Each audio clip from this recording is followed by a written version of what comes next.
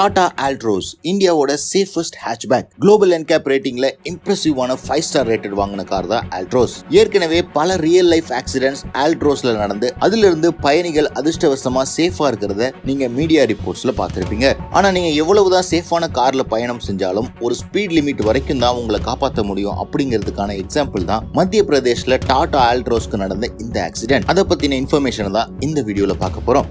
நீங்க பார்த்துட்டு இருக்கிறது கார் இன்ஃபோ தமிழ். கார்கள் பற்றிய அனைத்து தகவல்களையும் உடனுக்குடன் தெரிஞ்சுக்க கார் இன்ஃபோ தமிழ் சேனலுக்கு சப்ஸ்கிரைப் பண்ணுங்க. மத்திய பிரதேஷ் மாநிலத்தில் உள்ள அனுப்பூர் அப்படிங்கிற இடத்துல தான் இந்த டாடா ஆல்ட்ரோஸோட ஆக்சிடென்ட் நிகழ்ந்திருக்கு. லோக்கல் நியூஸோட அடிப்படையில் வச்சு பார்க்கும்போது இந்த கார் ஓவர் ஸ்பீடிங்ல போனதாகவும் ஒரு கட்டத்துல கட்டுப்பாட்டை இழந்த இந்த கார் ஒரு பெரிய மரத்து மேல மோதி பின்பகுதி ரெண்டா உடைஞ்சிருக்கிறத நீங்க பார்க்க முடியும். காரோட முன்பகுதி ஓரளவுக்கு ஷேப்ல இருந்தாலும் பின்பகுதி கண்டுபிடிக்க முடியாத அளவுக்கு கிராஷ் ஆயிருக்கு. இந்த அன்பார்ச்சுனேட் ஈவென்ட்டோட இமேஜஸ் வச்சு பார்க்கும்போது இந்த கிராஷோட சிவியாரிட்டி உங்களுக்கு தெரிஞ்சிருக்கும். இந்த கார்ல 5 பேர் பயணம் செஞ்சதாகவும் ஃப்ரண்ட் சீட்ல இருந்த 2 நபர்கள் மேஜர் இன்ஜுரிஸோட ஹாஸ்பிட்டலைஸ் ஆயிருக்காங்க. பின்னாடி இருந்த யாரையுமே காப்பாற்ற முடியல அப்படின்னு சொல்லியிருக்காங்க. ஏற்கனவே இதே மாதிரி ஒரு இன்சிடென்ட் கியா செல்டோஸ்க்கு நடந்தது. அது ஹைவேஸ்ல உள்ள டிவைடர்ல ஹிட் ஆகி 2 ஸ்பிளிட் ஆனிச்சு.